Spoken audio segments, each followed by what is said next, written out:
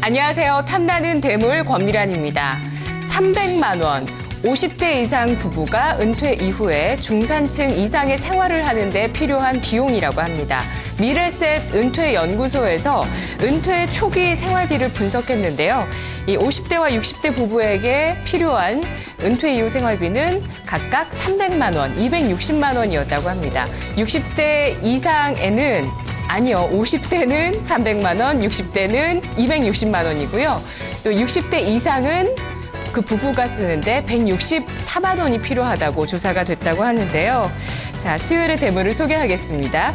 하나투자증권 서초지점 황정훈 과장, 토러스투자증권 여의도지점 송일조 주임, 동양증권 골드센터 강남점 박세진 대리 나오셨습니다. 안녕하세요. 네, 안녕하세요. 네, 오늘 박 대리님이 또 수요일에 나와주셨네요. 네. 네, 세 분께 여쭤볼게요. 본인의 은퇴 연령, 박 대리님 언제로 예상하세요?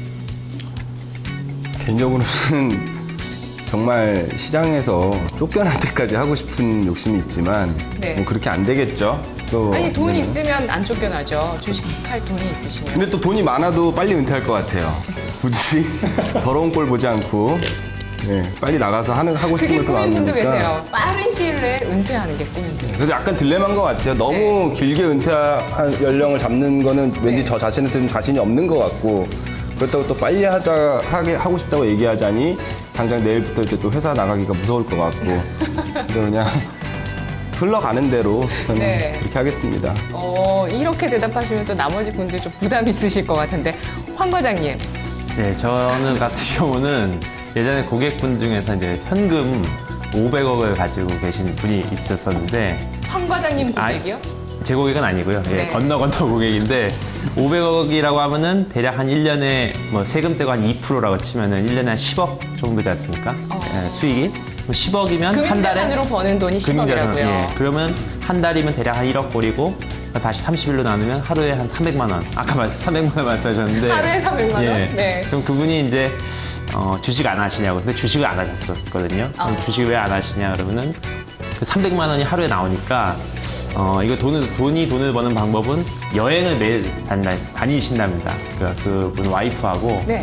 여행을 한번 갔다 오면 또 이자가 또 이만큼 쌓여있고, 여행 갔다 오면 이만큼 쌓여있고, 참 너무 부럽고 그런 말씀이었는데. 그래서 1%에 드는 분 아니실까요? 그런 예. 분이시겠죠. 예, 그래서 저도 500억 벌 때까지는 열심히 좀 일하도록 하겠습니다. 이게 언제가 될지 모르겠습니다. 역시 포부가 크시네요, 황 과장님. 예. 네, 송일주 주임님은요? 저 같은 경우는 한 10년 정도 내다보고 있습니다. 여기에서 한 10년 동안 열심히 일해서. 그렇게 이른 나이에 은퇴를 하시려고요? 예, 그리고 이제 뭐 다른 쪽으로 해서 이제 준비하고 있는 게 있기 때문에 예, 그쪽으로 이제 또 다시 가지 않을까. 혹은 제2의 예, 뭔가. 뭐 이거를 활용해서 할 수도 있고요. 그래서 예. 한 10년 동안 바짝 벌 생각입니다. 네, 제가 최근에 어떤 기사를 봤는데 뭐 어떤 저축이나 재테크보다 중요한 재테크가 바로 직업을 평생 가져가는 거다. 월 수입을 200만 원 하면 적은 돈 같지만 10억이 있어야지 월 200만 원이 나오거든요. 금융자산으로 아까 말씀하셨듯이 뭐 그런 얘기도 있더라고요. 아니면 그 자기의 어떤 그 규모를 적게 다운사이징 해라. 이런 얘기들도 있고요. 여러분은 어떤 삶을 꿈꾸십니까? 자, 지금 주식시장에서 한마음으로 또 여러분 대물 찾으실 텐데요. 오늘도 한번 찾아보도록 하겠습니다.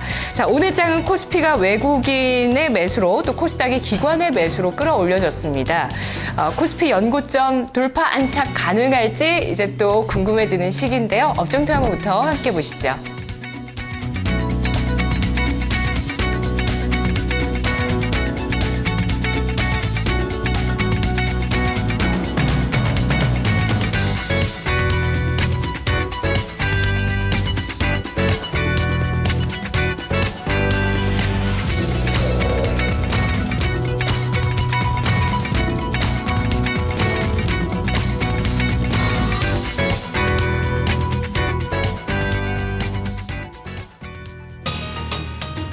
최근 자동차 완성차 업체들의 주가는 하락하거나 정체된 반면에 자동차 부품을 공급하는 중소기업들의 주가는 상승하는 엇갈림 양상이 나타나고 있는데요. 시장은 이 같은 흐름의 지속 여부에 주목하고 있습니다. 전문가들은 완성차 업체 대비 중소자동차 부품 기업들의 주가 상승의 이유로 무엇보다 원화 강세를 꼽고 있습니다.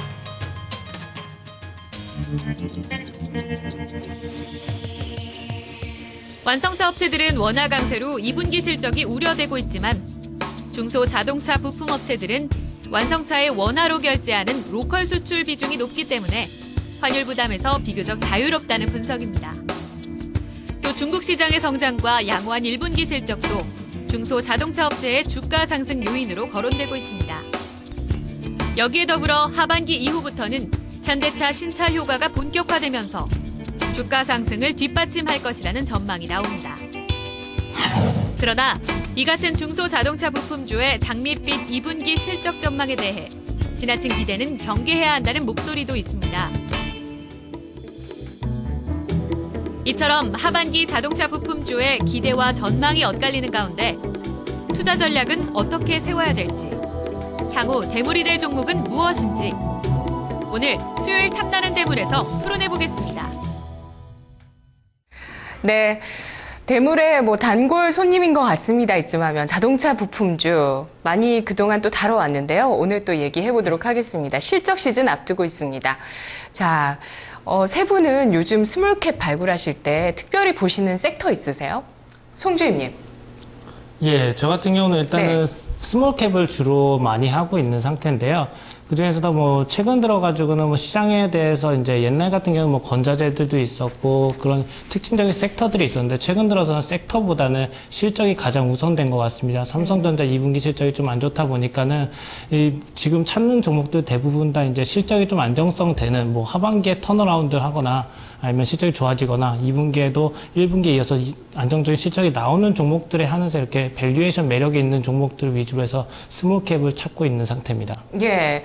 저는 이렇게 대물을 진행하다 보니까 자동차 부품이라든지 우리가 오늘 얘기할 아니면 건자재 이런 쪽에 좀 잘 찾으면 숨겨져 있는 뭔가 종목이 있지 않을까. 또 진짜 찾고 싶은 건 중국 소비주. 신중국 소비주로 지금부터 시세 날 수 있는 뭔가가 좀 없을까. 어제 토론했는데 새로운 건 나오진 않았거든요. 황 과장님은 어떤 쪽 보시는? 저는 이제 네. 턴어라운드 종목을 좋아하는데요. 네네. 그러면서 이제 재무 구조가 이제 특별히 좀 개선되는 종목들, 예, 그룹이 좀 어려움에 겪다가 결국에 살아나는 그런 쪽을 좋아하고요. 업종으로 본다면은 글쎄요, 오늘 하는 자동차 부품도 일부 있을 수가 있겠고 중국 소비라든가, 예, 바이오 쪽도 예, 네. 여전히 관심에 두고 있습니다. 네, 박 대리님은요? 스몰캡은 다 비슷하실 것 같은데요. 지금 특별히 좀 신경 써서 봐야 된다고 생각하는 부분은 지금 큰 업종에서도 저희가 시가총액 비중이, 그러니까 산업별 시가총액 비중이 굉장히 격번기에 있다고 생각이 들거든요. 그러니까 전통적으로 끌고 오던 굴뚝산업이라든지 아니면은 우리나라에서 절대적으로 많은 비중을 차지했었던 IT 비중이 좀 낮아지고 있지 않습니까? 그러니까 그러면서 새로 이제 파생되는 산업들의 그 밑단에 있는 또 스몰캡 업종들이 굉장히 많거든요. 오히려 이익 성장성에 대한 레버리지는 그쪽이 훨씬 크게 받을 수 있기 때문에 그런 쪽 좀 많이 보고 있고요. 대표적으로 인터넷 서비스 기업들 중에서도 사실 많이 찾아볼 수가 있을 것 같아요. 예. 요즘 패러다임 시프트 이렇게 얘기를 하는데 전통적인 어떤 굴뚝 산업에서 뭔가 변화하는 지금 이제 대세가 될 수 있을 새로운 또 업종 산업 이런 쪽을 봐서 좀 스몰캡을 보자 이런 의견까지 내주셨는데요. 오늘 자동차 부품 좀 얘기해 보도록 하겠습니다.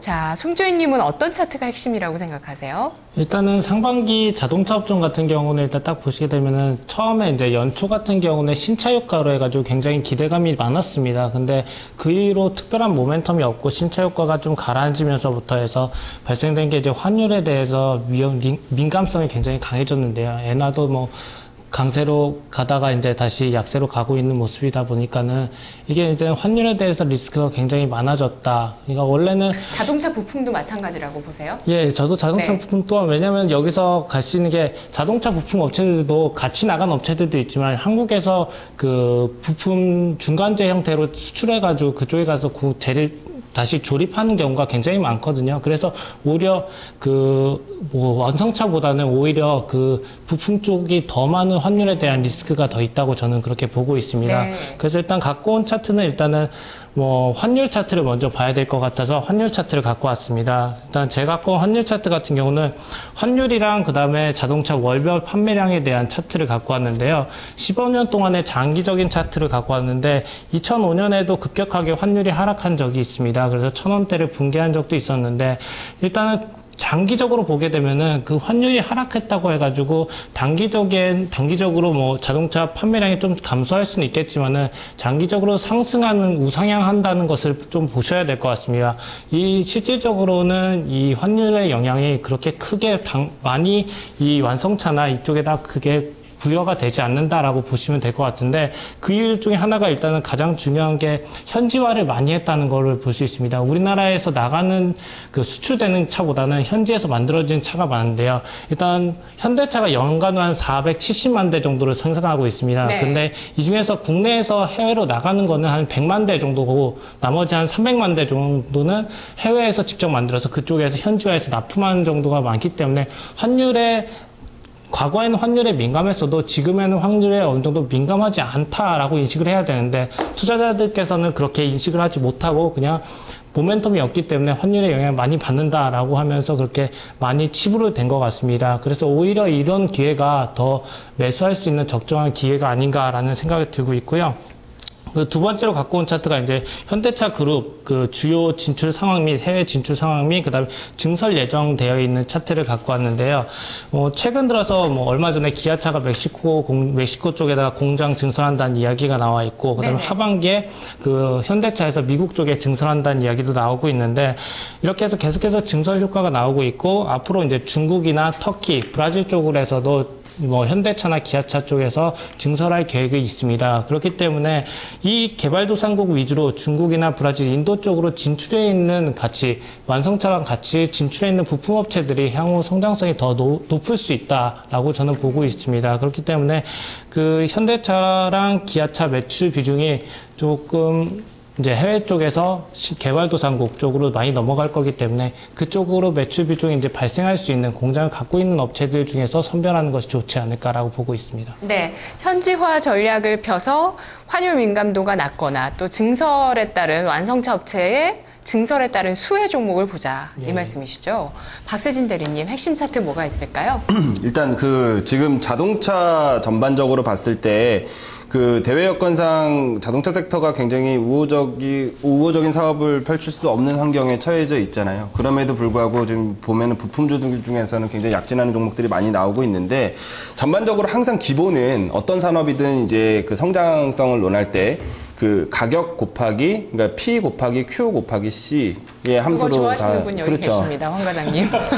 그거랑 턴어라운드 좋아하시잖아요. 맞아요. 그러니까 이제 PQC의 함수를 봐야지 이게 막연한 기대감인지 아니면 네. 실질적으로 커질 수 있는 산업인지를 저희가 확인을 할 수가 있는데 그 가장 이제 Q 쪽을 늘릴 수밖에 없는 이유가 국내 자동차 부품 업체들 중에 가장 큰 이슈가 있죠. 연비 규제 관련된 부분입니다. 그리고 연비 규제와 관련해서 자동차의 고효율 그리고 다운사이징 이런 아까 저희가 서두에 패러다임에 관련된 이야기를 잠깐 나눴었지만 자동차 업계 전반적으로도 지금은 과거서부터 만들었었던 패러다임에서 크게 좀 변환되는 과정이잖아요. 네. 그러다 보니까 자동차 부품주들이라고 다 좋지 않은 그러니까 오히려 우리가 전통적으로 봤었던 대표적인 자동차 부품주들보다 신생 자동차 부품주 그리고 좀 우리에게 생소한 이름의 부품을 생산하는 업체들의 주가가 더 좋은 이유를 여기서 찾을 수 있다고 보고 있고요. 전반적으로 준비한 차트는 그겁니다. 많이들 보셨겠지만 저희가 이제 항상 얘기했었던 그 주요국의 자동차 연비 규제 관련된 부분들 이 부분 보면은 저희 좀 명확하게 나오죠. 이제 2020년 지금 저만큼 연비 나오는 자동차가 있나요? 없어요. 절대 없죠. 없기 때문에 지금 이런 부분들에 맞춰서 지금 전 세계 각국의 글로벌 네. 메이커들이 맞춰서 가고 있다라는 사고 건데. 싶더라고요. 저렇게 연비가 나온다. 정말 좋겠죠. 웬만한 데들 다 20km, 킬로미터당 20km를 나오는 거죠. 어떤 차가 나온다고요? 프리우스? 프리우스 그거는 하이브리드이기 때문에 그래서 자꾸 전기차라든지 하이브리드카가 대두가 되는 거고요. 네. 실질적으로 저거는 앞으로 이제 뭐 5년, 10년 뒤에 규제 방안이기 때문에 현실적인 뭐 강제성을 띄는 규제가 될지는 좀 더 지켜봐야 되겠지만 우리나라 같은 경우도 사실 2월 6일에 그 산업통상자원부에서 그 에너지이용 합리화법으로 지금 벌써 2016년에 대한 개정을 해놨습니다. 그래서 연비 기준은 우리는 17kg고요. 이산화탄소 배출량에 대해서 제재를 해놓고 그거를 이제 연간 그 국내 완성차 업체가 그걸 달성을 못했을 경우에 뭐 부족한 연비, 그러니까 17km per 리터당 이제 부족한 연비가 있을 거 아닙니까? 생산해낸 전체 자동차 평균 연비에서 그거 곱하기 뭐 82,000원 이 정도의 과징금을 부과하겠다라는 규제 방안이 나와 있기 때문에 전 세계 뭐 우리나라뿐만이 아니라 전 세계적으로 지금 연비를 최대한 좀 만들어내야 되는 게 당면 과제고요. 그러다 보니까 관련된 부품 업체들의 수요들이 좀 급격하게 좀 올라오고 있는 상황이다. 그 다음 차트를 한번 보시면은 네. 그 국내외 업체들의 그 이산화탄소 배출량, 그 유명 차종들을 좀 비교를 해놓은 건데 보면은 사실 이제 같은 배기량에 비교해 봤을 때 우리나라 차들이 아직까지 이산화탄소 배출량이 굉장히 높은 편입니다. 에쿠스 왜 저러나요? 에쿠스, 캐딜락, CTS 3.0. 예, 보시면 200이 넘네요. 180 초과하는 글로벌 메이커는 지금 뭐 미국 차밖에 없어요. 근데 뭐 국내 생산되는 중대형 세단 같은 경우에 180 초과하는 차들이 좀 있죠. 그리고 보시면 이제 100에서 120 사이의 그 이산화탄소 배출량을 가진 차들이 우리나라는 경차들인데 해외 차들 보면은 이제 완성차들 중에서 이제 우리가 좀 좋아하는 세단들, 뭐 폭스바겐의 뭐 골프 모델이라든지 BMW 520D 네. 뭐 이런 준중형 세단들까지도 이제 저런 이산화탄소 배출량을 준수하면서 만들어내고 있는데 상대적으로 국내 차들이 그 연비 관련된 부분이라든지 이산화탄소 저감에 대한 부분들에 대한 연구가 그 R&D 비용 자체가 사실은 글로벌 메이커들에 비해서 굉장히 적게 배정이 돼 있었고 이런 부분들이 이제 빨리 시급해야 되는 개선 과제로 지금 당면에서 떠오른다는 거죠. 발등에 불이네요. 예, 그러다 보니까 이게 부품주들이 지금 좋은 이유는 명확하게 한 가지밖에 없습니다. 제가 볼 때는 이게 전통적으로 국내 특히 자동차 부품 업체들 IT 부분에서도 고질적인 부분이지만 하위 벤더로 갈수록 영업이익률이 고착화되는 성향이 굉장히 짙거든요. 저번에 제가 한번 그 포브스에서 발표했던 그 전 세계 글로벌 완성차 메이커 영업이익률 순으로 쭉 그 랭크되어 있는 자료 한번 보여드렸던 적이 있었던 것 같은데 1위와 2위가 국내 업체죠. 2위 기아차, 1위 현대차. 9% 넘는 영업이익률을 가진 데가 국내 완성차 업체밖에 없다. 그러면 나머지 부품 업체들은 1차 벤더 8%, 2차 벤더 7%, 3차 벤더 6% 정도로 그 마치 약속이라도 한 듯이 나중에 네. 실적표 펼쳐보면 그렇게 제한이 돼 있었는데 이런 부분들 당장 이제 국산화를 해야 되고 당장 이제 개선해야 되는 부품 업체들 같은 경우에는 전통적으로 우리가 자동차 부품주에서 제한받아왔던 영업이익률을 초과하는 어쩔 수 없죠. 당장 써야 되고 기술력을 가진 회사들의 부품을 채용을 해야 되는 상황이니까 거기에 이제 국내 완성차 업체들뿐만이 아니라 해외 글로벌 업체들로 그 고객사를 다변화시킨 부품 업체들이 나타나기 시작했다.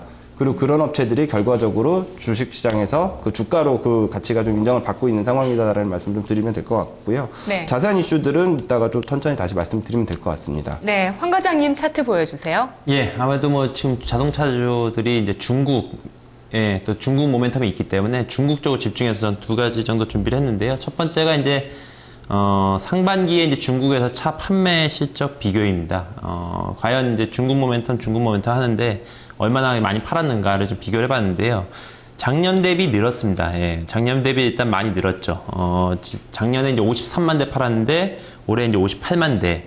다만 성장률이 이제 그렇게 높지는 않았던 것 같습니다. 중국의 이제 자국산 자동차가 줄었고 그 준 만큼 유럽차가 가져갔습니다. 지금 우리나라도 좀 유럽차들이 인기인데 중국 네. 역시도 유럽차가 늘어났고 그리고 일본하고 미국도 늘어났어요. 그러니까 중국 자국산 차들이 줄어든 물량을 유럽과 일본과 미국이 가져왔고 국내는 좀 소위 이제 그냥 있었다. 네. 그런 관점에서 마켓시어도 9%로 여전히 그냥 갔습니다. 그래서 결국 지금 사실 이제 오늘 그 현대기아차가 이제 미국에서 판매 실적이 나왔는데 사상 최대였거든요. 그럼에도 불구하고 주가는 또 크게 또 밀려버렸는데 결국 그럼 현대기아차는 주가가 뭐 뭘로 가는 걸까? 미국에서 그렇게 많이 팔았는데도 불구하고. 환율 때문에 오늘 좀 그랬던 거 아니에요? 예, 물론 환율 때문에도 이제 그 영향이 크고요. 매출은 최대치인데 영업이익은 뭐 많게는 한 30%까지 빠질 것이다. 그런 우려가 있는데 그럼에도 불구하고 결국 이런 중국에서의 그런 기대감이 주가의 한 축을 담당했었는데 그게 좀 만족스럽지 못하게 이렇게 보여주고 있다는 점. 그것도 한편으로 좀 체크를 해봐야 되는 점인 것 같습니다. 그렇기 때문에 완성차보다는 결국 부품주들 지금 사실 자동차 업종 전체는 사실 성장하고 있잖아요. 작년 대비 10% 정도 차트에 보시듯이 네. 10% 정도 성장을 했었는데 국내 이게 국산 현대 기아차는 미미했다. 그렇다고 하면 자동차 전체 시장, 특히 유럽 쪽에 집중 매출이 좀 다변화되어 있는 부품주는 유망하다. 좀 이렇게 좀 정리를 하시면 좋겠습니다. 두 번째는 이제 내일 이제 뭐 시진핑 주석 온다고 하는데 네. 그 한국과 중국의 그 산업별 관세율 비교입니다. 사실 이제 내일 이제 시진핑 주석이 오시고 이제 한중 FTA가 이제 2012년도에 이제 1차로 이제 실시가 됐었었는데요. 자동차 업종이 관세가 제일 높습니다. 13.3%. 그래서 이번에 오시게 되면은 여기서 한 20, 30% 빠지지 않겠느냐, 떨어지지 않겠느냐, 이렇게 좀 기대를 하고 있는데요. 근데 이제 규모로 따져봤을 때는 반도체랑 전기전자, 그리고 이제 석유화학의 규모가 자동차의 한 2배, 3배, 뭐 많게는 4배 정도입니다. 그래서 실질적인 수혜는 이쪽이 조금 더 크지 않을까. 예, 반도체와 전기전자, 그리고 석유화학. 다만 이제 중국 소비, 이게 이제 관세에 철폐되게 되면 물건 가격이 떨어지게 되는 거니까, 그리고 소비 쪽 측면을 좀 고려했을 때는 전기전자 다음 정도로 좀 되지 않을까. 다만 관세가 그동안 너무 제일 높았었기 때문에 주목이 받는 것은 많고 일단 1차적으로 아주 수혜가 있을 것이다 라고 보기 좀 어렵다. 그렇게 보시면 좋겠습니다. 예, 전체적으로 뭐 자동차 부품에 대한 것들이 다 나왔네요. 현지화, 또 증설, 연비, 중국 이런 내용들을 짚어주셨습니다. 자, 그러면 뭐 연초에도 그렇고 지금까지도 다들 그렇게 생각하시죠. 완성차보다 자동차 부품이 더 좋다. 안정적이고 또 더 앞으로 성장성이 있다. 이렇게들 얘기를 하는데 뭐 자동차 시장 전반적인 투자 심리라고 해야 될까요? 그러니까 미국도 지금 자동차 호조고 시장 자체가 유럽도 6년 만에 뭐 수요가 늘어난다 그러고 중국도 이렇게 큰 자동차 시장이 있지만 완성차 업체인 우리 업체들이 가져가는 게 좀 적어서 성장률이 좀 둔화됐다 이런 얘기는 정말 맞는 것 같고 환율도 그렇고요. 그런데 대신에 자동차 부품은 여러 가지 모멘텀이 있잖아요. 말씀하셨던 더 안정적일까? 더 주가가 잘 나갈까? 여기에 대해서 의견 주세요. 네, 송주임님. 예, 일단은 뭐 장기적인 관점에서 보면 안정적이다, 그러니까 안정성이랑 수익성이랑은 항상 네. 배치되는데요. 안정성적인 측면에서는 완성차가 좀 더 좋다. 왜냐하면은 그 회사가 어떻게 파느냐에 따라서 나머지 회사들이 영향을 받기 때문에 대장주인 안정적인 완성차가 안정성은 굉장히 높다. 하지만 수익성 쪽에서는 그 부품주 쪽이 더 오히려 좋을 수 있다라고 저는 보고 있습니다. 그렇기 때문에 부품주들이 성장성을 더 많이 받기 때문에 이 밸류에이션 측면도 그 완성차보다 좀 높게 받고 있는 측면도 있다고 저는 보고 있는데요. 근데 부품주 쪽에서 가장 중요한 거는 일단은 고객사 다변화를 얼마나 잘하고 있는 기업인가에 따라서 네네. 다를 것 같습니다. 지금 뭐 현대차 그룹 안에서만 매출이 발생하는 기업들은 그냥 그 우물 안에서 자기 그 한 우물 안에서밖에 없는데 제 매출처럼 다변화해서 뭐 중국이나 해외 뭐 유럽 쪽으로 발주가 넘어가게 된다면은 충분히 뭐 그 완성차들보다는 성장성이 훨씬 더 뛰어나고 안정성도 높아질 수 있다라고 볼 수 있습니다. 예. 자, 연비 개선, 또 스마트카, 이런 기술력의 발전, 또, 그리고 그에 따른, 또 고객 다변화까지도 되는 기업. 어떤 기업인지 나중에 알려주세요, 대물로. 예, 알겠습니다. 순위로 알아보도록 하고요. 박세진 대리님. 네, 뭐 비슷한 말씀 드려야 될 것 같은데요. 네. 일단은 고객사가 다변화된다라는 부분은 저희가 그냥 벤더가 단순하게 이제 많아지기 때문에 그만큼 어느 정도 그 뭐라 그러죠? 그 집중적인 노출에서 좀 벗어난다라는 부분뿐만이 아니라 해외에서 일반적인 자동차 부품주들의 밸류에이션을 같이 적용을 받을 수 있는 계기가 된다라는 네. 말씀도 같이 드릴 수가 있거든요. 자동차 부품도 해외 종목 대비 지금 저평가되어 있습니다. 저평가돼 있죠. 왜냐하면은 국내에서 본격적으로 저희가 차화정으로 자동차를 성장 산업의 한 축으로 바라보기 시작한 이전에는 사실은 자동차 산업 자체가 전통적인 좀 가치주 형식으로 좀 생각을 했었기 때문에 PER 기준으로 항상 7배 이상을 잘 못 받았었잖아요. 완성차 업체 자체가. 근데 이제 그런 부분들이 어느 정도 이제 글로벌 셀링에 대한 파워가 좀 입증이 되면서 좀 개선이 되고 있었는데, 사실 우리가 지금 자동차 부품주라고 보고 있는 부분들 중에서 실질적으로 예전부터 전통적으로 자동차 부품의 큰 회사였던 대표적인 회사들을 생각해 보면 주가가 올랐냐는 거죠. 뭐 성우하이텍이라든지 평화전공, 화신, 뭐 이런 회사들 생각해 보면 주가 제자리입니다. 현대차, 기아차와 궤적을 똑같이 하고 있어요. 근데 이제 자동차 부품주들이 좋다라고 하는 부분들은 아까 이제 말씀 주셨던 고객 다변화에 성공한 회사들, 그리고 뭐 연비 개선과 뭐 다운사이징, 이런 지금 자동차의 새로운 부품의 패러다임을 만들어가는 회사들이 좋은 거고, 영업이익률 자체가 뭐 일본의 IHI라든지 미국의 뭐 보그 워너들이 받고 있었던 영업이익률하고 이제 걔네들이 비슷하게 맞춰지는 회사들에 좀 관심이 쏠릴 수밖에 없는 거거든요.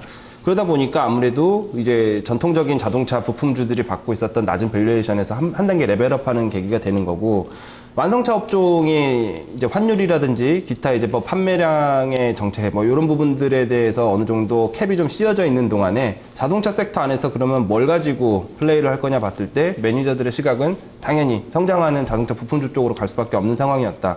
그리고 이 부분은 당분간은 유지가 될 수는 있지만 네. 뭐 이따가 또 뭐 대물인가 이런 질문 하실 거죠. 근데 그럼요. 이 부분도 사실은 환율의 영향을 뛰어넘을 수는 없다라고 봅니다. 그러니까 결과적으로 이런 지금까지는 아까 서두에 말씀드렸었던 PQC의 함수에서 P와 Q 부분을 지금까지는 충족을 환지화 더 전략이 시켜줬지만 돼 있는 기업은요. 그것도 마찬가지죠. 뭐 마찬가지라고요? 원화 결제를 로컬로 받는다고 하더라도 결과적으로 이제 국내에 들어올 이제 결제 기준 자체가 국내에서 이제 예상하고 있었던 환율 범위, 레인지 범위를 넘어가는 수준이라고 그러면은 그 가격 자체가 이제 원화 결제로만 계속 이루어질 수는 없는 거거든요. 원화로 해주는 것 자체가 이제 적정한 이제 글로벌 부품 회사들 수준에 맞춰서 주기 때문에 하는 건데, 결과적으로 결제 자체만 원화로 한다고 해서 그건 해결될 수 있는 부분은 아니라고 봅니다. 그래서 이런 부분들에 대해서는 이제 환율 부분까지도 끝까지 저희는 염두를 하면서 좀 봐야 된다라는 말씀 같이 드릴게요. 그걸 뛰어넘는 성장성 있는 기업 꼭 찾아주세요. 네, 지금 뭐 말씀들 많이 해주시겠죠, 이따가. 예, 한번 찾아보도록 하겠습니다. 있는지 없는지. 황 과장님. 예, 뭐 두 분이 뭐 말씀 많이 해주셨는데요. 결국 지금 2분기 이제 실적 시즌이잖아요. 2분기 예상 실적을 봐도 역시 부품주가 좀 더 안정적이다라고 볼 수 있겠습니다. 지금 현대기아차가 미국에서 이렇게 사상 최대 실적을 매출을 썼음에도 불구하고 영업이익은 현대차가 한 8%에서 기아차는 30% 정도 빠질 걸로 보이는데, 뭐 모비스만 보더라도 크게 줄지 않을 것 같습니다. 그러니까 환율 영향이 그만큼 적다는 거. 지금 2분기 평균 환율이 한 1,030원이었는데요. 1분기보다도 한 100원 정도 빠지는 셈이고 3분기도 만만치 않을 것 같습니다. 그 성장률, 지금 영업이익률은 부품주가 전통적으로 완성차보다 이제 떨어지지만 그 EPS 성장률은 또 부품주가 더 높습니다. 그래서 EPS 성장률로 봤을 때 영업이익률로 보면은 부품주가 좀 낮을 수 있지만 성장률은 더 높다는 점, 그리고 매출처가 다변화되면서 기본적으로 부품주는 매출처가 이렇게 한정돼 있으면 할인이 들어갈 수밖에 없는데 그것이 점차 풀리고 있다는 점. 스마트폰 부품주가 삼성전자에 집중되면서 그렇게 공격을 받지 않았습니까? 그것과 좀 반대되는 상황이다. 이렇게 보시면 좋겠습니다. 예. 자, 또 어제부터 시행된 이슈가 있습니다. 정책이죠. 유럽차가 우리나라에서도 중국에서도 인기가 많다고 아까 하셨는데, 중대형 유럽차 관세 철폐가 있었습니다. 한 EU FTA 때문이죠. 예. 그에 따른 여파가 있을까? 부품주에 미치는 영향은 뭐가 있을까? 짚어주세요. 송주임님. 이번 관세 철폐로 인해서 자동차 가격의 한 1% 정도 비용이 다운되는 효과가 있습니다. 그렇기 때문에 이게 유럽산 자동차가요? 예, 유럽산 자동차 많게는 한 100만 원까지는 할인된다고 하는데 그게 최대인 것 같고, 작게는 한 30만 원, 20만 원부터 이렇게 시작한다고 하는데 그렇게 큰 효과는 아니다라고 저는 볼 수 있습니다. 그러나 이제 인식의 변화가 차츰차츰 오고 있는 것이 아닌가라는 생각을 하고 있습니다. 옛날 같은 경우는 수입차라고 하면 되게 비싼 차고 고급차고 이런 식으로 생각만 했는데, 최근 들어서는 국산차에다가 프리미엄을 한 1,000만 원 정도 더 주게 되면은 수입차를 살 수 있는 정도가 되기 때문에, 이게 지금 들어서 인식이 든 게 비싼 차가 아니라 지금은 이제 프리미엄을 내고 타는 차다, 이 정도까지밖에 많이 떨어졌기 때문에 네. 이런 그 생각 자체가 변화한다는 것이 이제 수입차가 우리나라에서 좀 더 커갈 수 있다라고 보고 있고요. 그다음에 일단 국내 완성차 업체들 같은 경우는 조금 이제 앞으로 국내보다는 좀 해외 쪽으로 더 많이 나가야 되는 것이 아닌가라고 저는 보고 있습니다. 예. 자, 중대형 유럽차 관세 철폐가 완성차가 아닌 자동차 부품주에 미치는 영향에 대해서 네, 코멘트를 해주세요. 박 대리님. 일단 뭐 이번에 남아있던 관세가 마저 철폐가 되는 거죠. 그 1500cc 이상급 되는 자동차들에 대해서. 근데 이게 뭐 국내 부품주들에 미치는 영향은 글쎄요.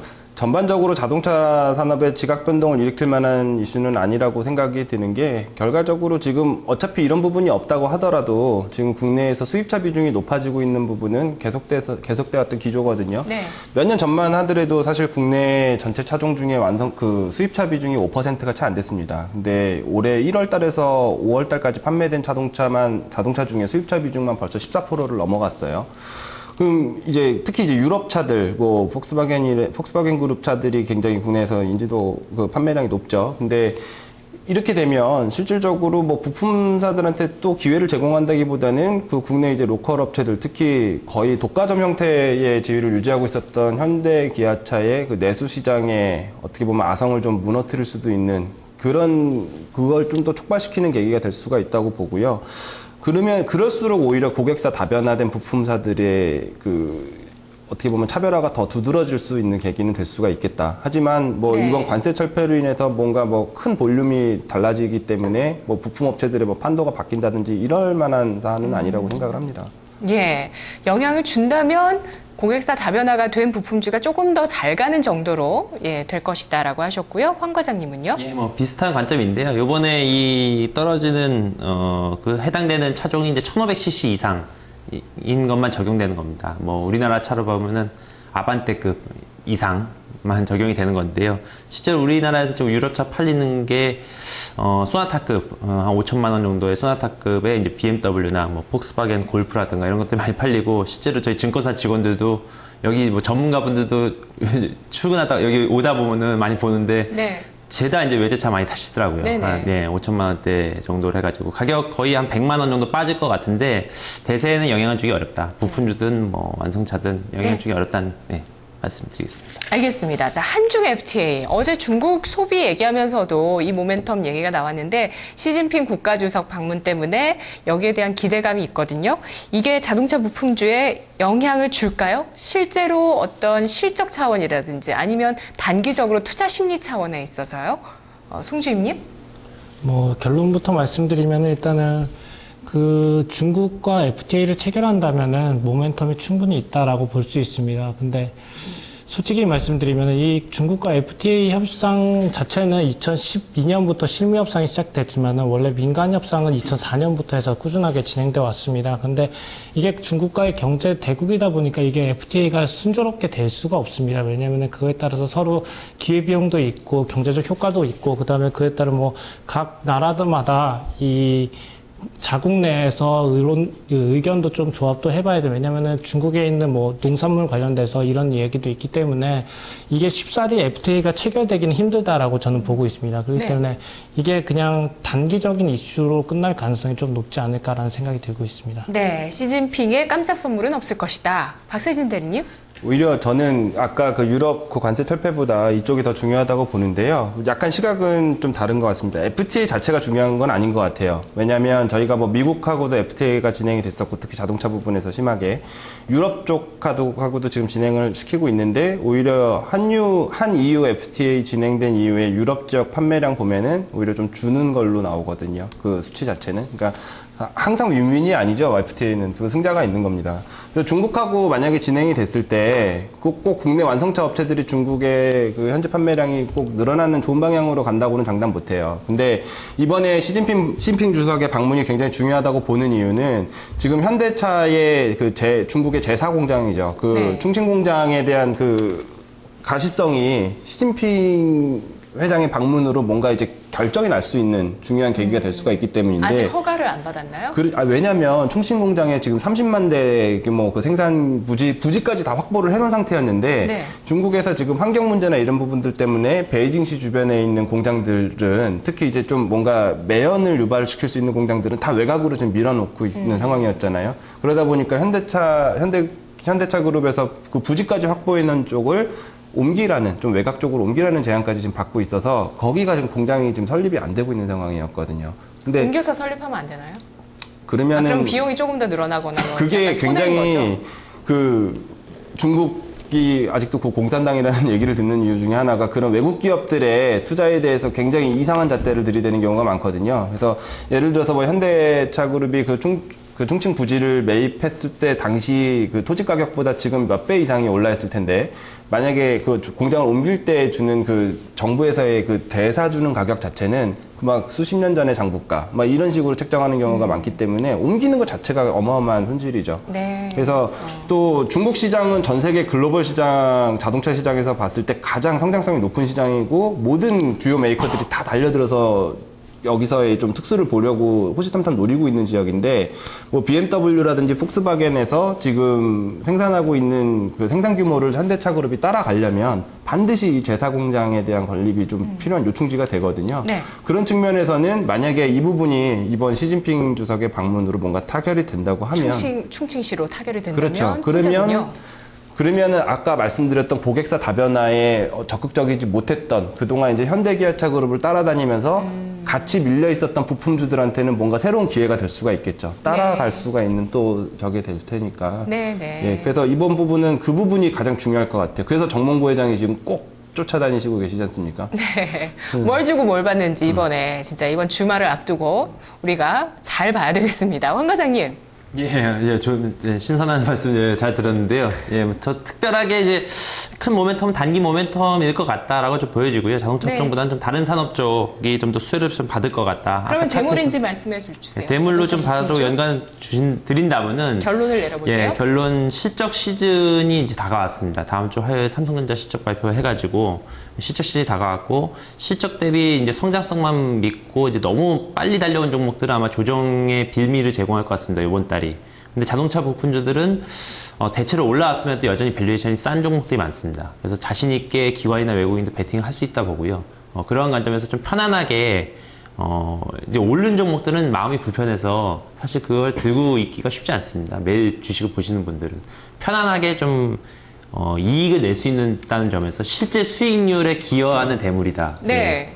그런 관점을 좀 보고 싶습니다. 와, 2분기 실적 시즌의 대비책이다. 이렇게 또 좋은 말씀 해주셨네요. 송주임님, 대물일까요? 종목별로 해서 차별적인 대물 종목이 나올 것이다라고 보고 있고요. 그 중에서 일단 고객사 다변화한 업체들, 그리고 현대차 그룹에서 의존도가 좀 작아지고 있는 기업, 그리고 뭐 중국이나 인도, 브라질 등 해외 쪽에서 매출 비중이 높은 업체들을 선별하는 것이 가장 중요할 것 같습니다. 자, 박 대리님. 제가 아까 뭐 간단하게 뉘앙스를 말씀드렸지만 산업 자체가 지금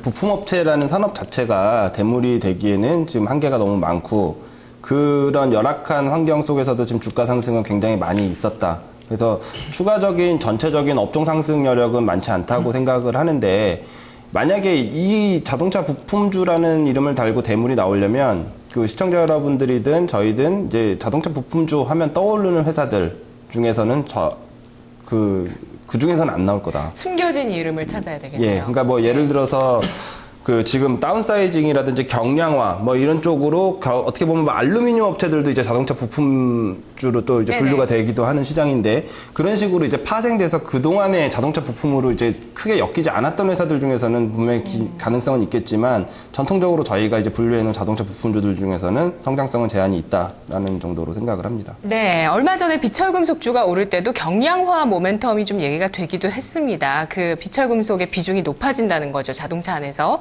자, 그러면 자동차 부품주 키워드맵 보고 가겠습니다. 자동차 부품주 길게 랠리를 보이는 종목들이 의외로 많습니다. 대물에서도 그 대목을 많이 짚어드렸었는데요. 연비절감, 친환경 트렌드 등 이런 것들이 실적과 성장성으로 연결되고 있다는 거죠. 중국이 베이징시에 2017년까지 전기차 충전소 10,000개를 세운다는 계획을 밝혔습니다.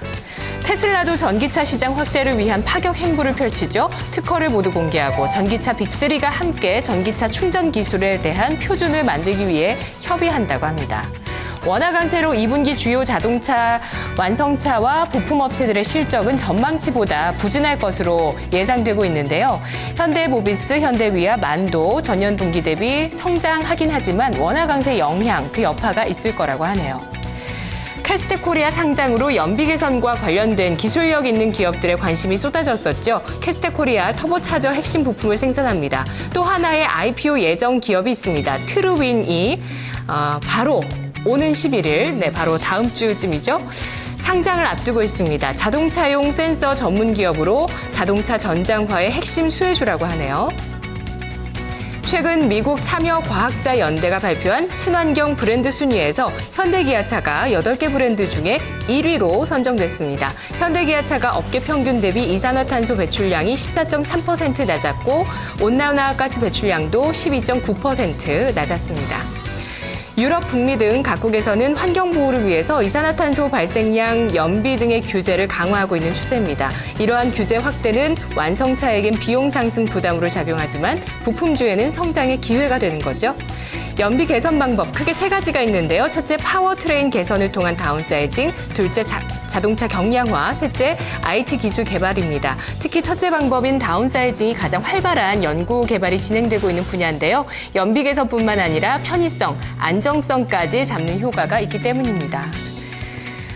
네, 현대기아차의 하이브리드카나 또 수소 연료 전지차도 잘하고 있다는 소식이 또 의외로 있습니다. 한번 넣어봤고요. 또 수소 연료 전지차가 전기차와 또 기술이 겹쳐지는 부분들도 의외로 많이 있다고 그런 내용도 있더라고요. 자, 자동차 부품주. 자, 베스트 3 종목, 3분의 종목 함께 보시죠. 네, 박세진 대리 1위 캐스텍코리아, 2위 3기 오토모티브, 3위 동국실업, 송일주 주임 1위 3기 오토모티브, 2위 현대글로비스, 3위는 현대위아, 황정훈 과장 1위 만도, 2위 일지테크, 3위는 한국프렌즈입니다. 현대글로비스는 부품이 아니지 않나요? 부품으로 볼 수도 있지 않을까라는 생각이 들어서, 왜냐면 부품들이나 완성차 같은 것들을 운송해 준 업체이고, 네. 그다음에 그 중간재 CKD라고 하죠. 그 중간재를 왔다 갔다 하기 때문에 그 부품 업체들이랑 관련이 밀접하다라고 저는 보고 있습니다. 부품 업황이 좋으면 잘 되는 쪽이군요. 업황이 잘 되기보다는 네. 그 부품들이 왔다 갔다 하는 경우가 많게 되면은 현대글로비스한테는 호재로 작용할 수 있지 않나라고 보고 있습니다. 예, 그리고 현대차 그룹의 지배구조와 관련해서도 그렇죠. 중요하게 보시네요. 예. 예. 정의선 회장이 제일 많이 갖고 있는 데가 현대글로비스고, 그다음에 현대차 그룹의 지배구조를 가장 깔끔하게 정리할 수 있는 방안 중에 하나가 현대글로비스를 이용해가지고 현대모비스를 분할해가지고 합병하는 방법도 있고 여러 가지들이 있는데, 그거를 좀 주의 깊게 보고 있는 상태이기 때문에 현대글로비스를 좀 좋게 보고 있는 자동차 업체라고 볼 수 있습니다. 네, 각 그룹사의 지배구조 개편 여전한 이슈입니다. 자, 그러면 1위 종목 한번 올려보도록 할게요. 세 분의 이야기, 어떤 분의 얘기부터 들을까요? 예, 저부터 네. 먼저 말씀드리겠습니다. 1위 만도, 이제 저는 만도. 어떻게 보면 식상한 종목을 왔다고 좀 보여줄 수도 있겠는데요. 네. 역시 봐도 이제 만도밖에 일단은 가장 안정감 있게 투자할 수 있는 종목을 만도밖에 없다고 보여지는데요. 2분기 실적도 좋고요.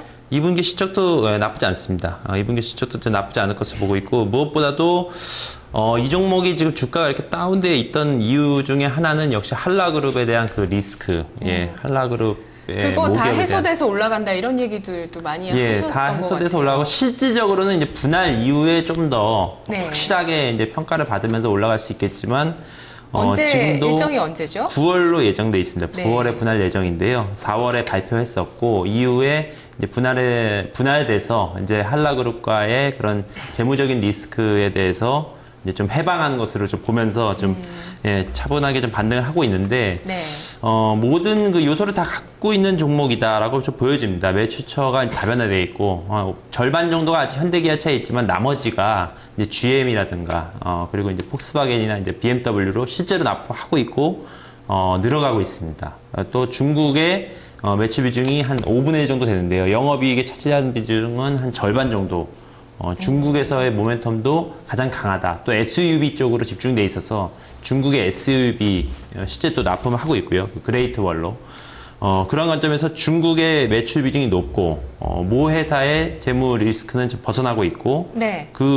그리고 실질적으로 그 납품하는 그 기술력 이 주된 뭐 부품 중에 하나가 이제 브레이크가 되겠는데요.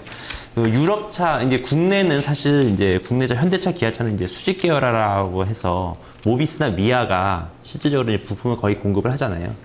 국내나 일본 차는 그렇습니다. 그래서 그쪽으로는 납품하기 어려운데 독일 같은 경우에는 부품사와 좀 대등한 관계고 또 그렇게 수직 계열화가 돼 있지 않는 상태이기 때문에 글로벌 부품사 중에 기술력만 있으면 다 갖다 씁니다. 근데 그 중에 만도는 실제로 BMW와 폭스바겐에 납품하고 있고 인정을 받고 있다는 점. 브레이크 제일 부분. 비중이 높은 게 아직은 현대기아차이긴 50%, 예, 매출의 50%가 이제 현대기아차면 그 어디죠? 다음은 이제 GM이죠. 예, 한국 GM. 예, 한국 GM이 한 30% 정도 되고 네. 나머지 20%가 이제 중국과 BMW와 이제 폭스바겐이고 특히 이제 보시, 이제 중국의 이제 이제 독일의 가장 큰 부품업체 보시가 이제 브레이크를 이제 생산 중단했는데 그거를 이제 만도가 꽤 찼습니다. 그래서 실질적으로 독일차의 브레이크는 만도가 거의 공급하는 것으로. 그래요? 예, 그렇습니다. 그래서 이런 점을 봤을 때 네. 그 중국과 유럽의 가장 좀 유망한 분야의 실질적인 공급을 하고 있고 예, 재무 리스크까지 벗어난다는 점에서는 네. 지금 뭐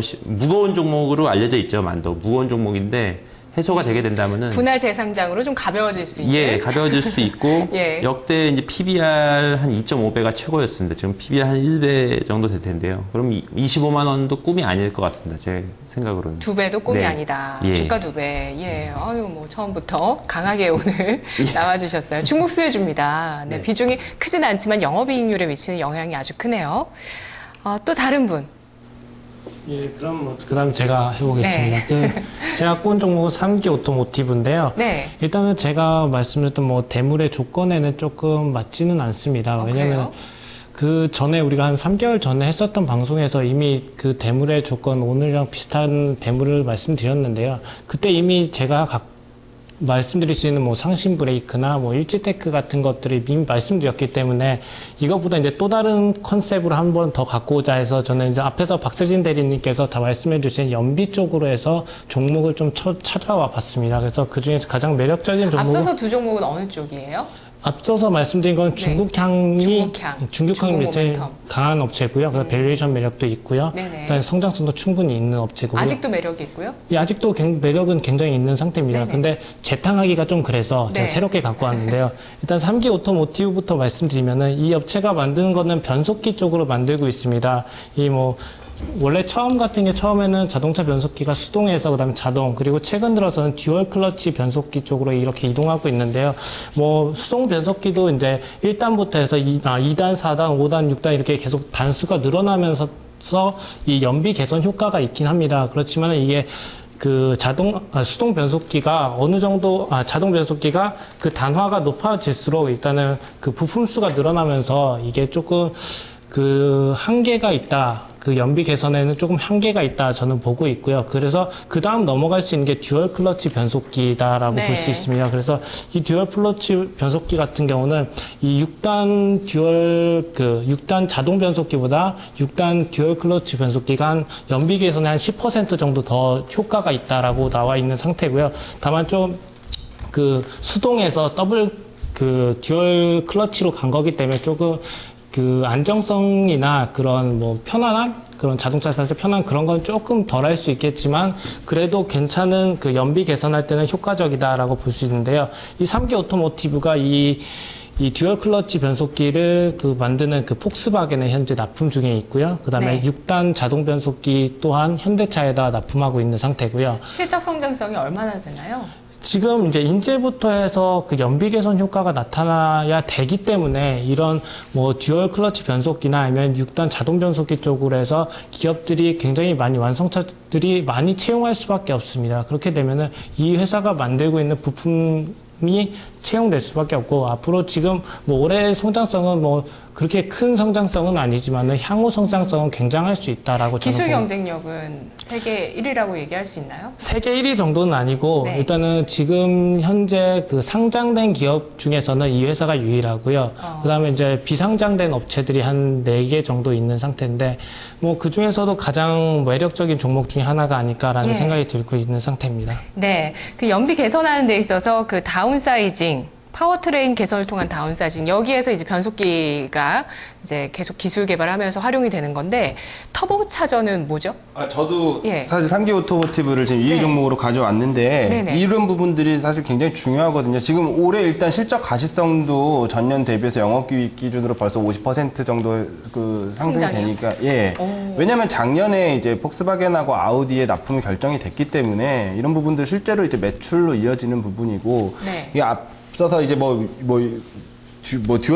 듀얼 클러치 트랜스미션 뭐 DCT라고 하죠 저희가. 근데 그 뭐 이제 변속 과정 막 이런 것들은 막 너무 기술적인 용어이기 때문에 좀 알아들으시기가 생소하실 수도 있으시겠지만, 극단적으로 지금 미션의 다단화가 진행될수록 원래 연비 개선은 좀 계속해서 좀 진행되는 거거든요. 그래서 극단적인 예로 소나타 같은 경우에 최신 엔진이 지금 6단 변속기를 쓰고 있거든요. 자동 6단 변속기. BMW는 2년 전부터 8단 쓰고 있습니다. 그러니까 이런 부분들 계속 추세적으로 쫓아갈 수밖에 없다. 그 터보차저, 그러니까 저는 약간 이제 종목 말씀해 주실 때 분위기가 너무 차분해서 이게 목요일은 정말 개처럼 물어뜯거든요. 그래서 너무 지금 막 이렇게 이렇게 저도 좀 생소하게 막 클래식 보이세요? 음악이 나오는 것 저도 같은 막 생소하게 착각이 드는 정도인데, 그러니까 저희가 기본적으로 지금 대물을 찾는 과정이라면 여기 종목이 아신가세요? 이분이 절대 1등 양보 안 하시는 네, 아니 분이시거든요. 뭐 저희는 사실 1등보다 거기서 막 치열하게 하는 맛에 사실은 많이 하거든요. 그래서 저는 개인적으로 그렇습니다. 어떤 산업이든지 대물을 찾을 때는 이익 성장성만 가지고는 대물이 되지 않는다고 보거든요. 그러니까 이익 성장성에 대한 그림이 아무리 견고해도 이걸 폭발적으로 터뜨릴 수 있는 그림이, 그러니까 우리가 얘기하는 이제 그림이라고 그러죠. 시나리오가 좀 어느 정도 꿈이 받쳐주지 않으면 그 시장에서 예상하는 이상의 성장은 사실 하기 좀 어렵다고 봅니다. 그래서 터보차저를 1위로 들고 나온 거는 이 부분이 바로 가장 필요한 부분이기 때문이에요. 그래서 터보차저는 뭐예요? 터보차저는 이제 그 엔진 내에 그 외부 공기를 그 강제로 흡기를 다시 시켜가지고 안에서 이제 재폭발을 시키는 겁니다. 그렇게 해가지고 같은 엔진에서도 더 높은 출력을 발생하게 해주는, 그러니까 어떻게 보면 이제 고급 부품 중에 하나죠. 근데 이게 왜 필요하냐면 디젤 차들이 그 디젤 엔진들이 가장 이제 고질적인 약점이 그 중저속에서 파워가 약하다는 부분이거든요. 가솔린 엔진에 비해서. 그래서 우리나라는 사실 이렇게 별로 디젤 엔진을 선호를 하지 않는 게 힘이 약한 차들을 별로 쳐주지를 않아요. 예전부터. 뭐 문화가 약간 그렇습니다. 세단 하면은 기본적으로 3.0은 달고 나와야지 뭔가 중대형 세단 같고. 근데 실질적으로 지금 우리가 거의 뭐 1억 원을 호가하는 BMW라든지 벤츠의 그 중대형 세단들을 보면 엔진들 다운사이징이 뭡니까? 엔진의 그 출력을 줄인다는 거거든요, 결국에는. 엔진의 사이즈를 줄이는 게 다운사이징인데, 그런 줄어든 사이즈에도 불구하고 큰 엔진하고 비교했을 때 그 파워라든지 출력이 떨어지면 안 되죠. 그러니까 성능은 유지하고 사이즈만 줄여야지 다운사이징의 의미가 있는 겁니다. 그래서 현대기아차 같은 경우에 디젤차 판매 생산 대수가 작년 기점으로 하고 처음으로 43%가 달성이 되면서 가솔린 엔진을 넘어섰어요. 근데 이제 막 나오기 시작합니다. 중대형 세단에서 디젤 차량은 그랜저와 이제 소나타 디젤이 최근에 이제 나오기 시작을 했죠. 이게 극복해야 될 과제인데 엔진 다운사이징을 하면서 성능까지 줄어들면 안 되거든요. 그래서 그거를 해결할 수 있는 방법이 터보차저 채용이고, 국내에서는 터보차저를 생산할 수 있는 순수 기술을 가진 회사가 전무했다. 그래서 이제 캐스텍 코리아의 상장 때문에 3위 종목으로 갖고 나오셨더라고요. 최근에 한국 프렌즈 굉장히 주가 흐름 좋잖아요. 한국 프렌즈 자회사도 터보차저 관련된 회사고, 또 한 회사도 뉴로스라고 있어요. 네. 그 터보차저 관련된 회사들이 월등하게 지금 좋은 흐름을 보이고 있는 부분은 앞으로 가장 이쪽에 대한 수요가 늘어날 수가 있기 때문이라고 보거든요. 네, 한국 프렌즈 황 과장이 가지고 와주셨는데 PBR이 낮네요. 0.3에서 0.4배. 작년 기준으로 한 0.6배 정도 되는데요. 네, 예, 올해 올해 기준으로 기준으로. 보면 한 그 정도 됩니다. 예, 오른 이것도 주가에도. 참 매력 있네요. 예. 한국 프렌즈 같은 회사들이 오히려 네. 대물이 돼가는 과정이라고 보고 있고요. 네네네. 그래서 캐스텍 코리아 같은 경우에는 상장하고 주가가 지금 많이 좀 밀려 있는 상태인데 오히려 한 13,000원 근처까지 갔다 최근에 10,000원 언저리에서 좀 놀고 있죠. 네. 근데 어쩔 수 없이 신규 상장 종목들이 거쳐야 하는 그 보호 회수에 대한 락업 부분이 주가를 좀 누르고 있는 부분입니다. 10,000원 아래에서 사면 되나요? 지금 가격 정도면은 한번 매수 들어가도 괜찮은 가격 얼마까지 아닌가. 가능할까요? 이 정도점은 충분히 넘을 거라고 생각이 들고요. 네. 그 디젤 엔진뿐만이 아니라 가솔린 엔진에 대한 터보차저도 이제 납품이 진행이 될 거기 때문에 앞으로 진짜 2배, 3배 커질 수 있는 쪽은 이쪽이 아닌가. 네. 개인적으로 그렇게 생각합니다. 자, 11일에 트루윈이라는 또 자동차 쪽 종목이 상장을 하는데. 오늘 청약 마감했죠. 공모 청약이. 네. 자동차용 센서래요. 센서 쪽 관련해서 종목을 우리가 오늘 대물로 좀 선종하면 또 주가 수익률 좋지 않을까요? 센서 쪽이 지금 기존 이제 부품사들 중에 센서 전문으로 하는 회사들이 사실은 많지는 않죠. 뭐 굳이 꼽자면 우리 산업 정도? 근데 이제 센서 부분들 같은 경우는 사실 뭐 다운사이징이라든지 저희가 좀 화두로 보고 있는 부분보다 자동차 전장화에 더 예. 좀 가까운 부분이기 때문에 뭐 거기도 충분히 좀 가능성이 있다라고 봅니다. 알겠습니다. 자, 말씀해 주셨던 종목 뭐 다 매력 있는 것 같아요. 일단 1위 종목 어떤 종목 올리는 게 좋을까요? 자, 네 종목 말고 한 분한테 좀 힘을 실어주세요, 서로. 그럴 마음이 있다 하시는 분. 일단은 뭐 네. 우리 계속 나왔던 게 연비 개선이기 때문에 예. 터보차저가 앞으로 향후 사용할 수 있는 여건은 더 많을 것 같습니다. 그래서 네. 캐스텍 코리아도 괜찮은 것 같습니다. 일단 한 표를 주셨어요. 그러면 한 표 주신 이 종목 바로 1위 올리겠습니다. 이제 시간 다 됐거든요. 예. 그래서 1위. 그 다음에 만도 같은 경우 지금 재상장, 분할 재상장 이후에 그런 주가 흐름 아까 2배까지 불러주셨거든요. 동의하시는 분 있으시면 2위에 올릴게요. 동의 안 하시면 3위 갑니다. 예, 일단은 동의 안 하시나요? 일단 주가는 열어봐야지 되는 거기 때문에 예, 조심스럽게 말씀해 주시네요. 그래도 가능성 일단 우리 좀 생각해 보고요. 또 아까 말씀해 주셨던 3기 오토모티브 2위에 올릴까요, 황 과장님? 예, 뭐 지금 가장 이슈를 받는 종목입니다. 네. 근데 다만 이제 비슷한 업체들이 많아서 유니크라든가 서진 오토모티브 비슷한 업종이 많아서 2위가 적당할 것 같습니다. 예, 알겠습니다. 1위는 좀 부족하지 않을까 싶습니다. 알겠습니다. 자, 그럼 3위 만도까지. 자, 세 종목 모두 주목해서 보세요. 자, 순위 한번 다시 정리하겠습니다. 1위는 캐스텍 코리아, 2위는 3기 오토모티브, 3위 만도였습니다. 내일 뵙겠습니다. 고맙습니다.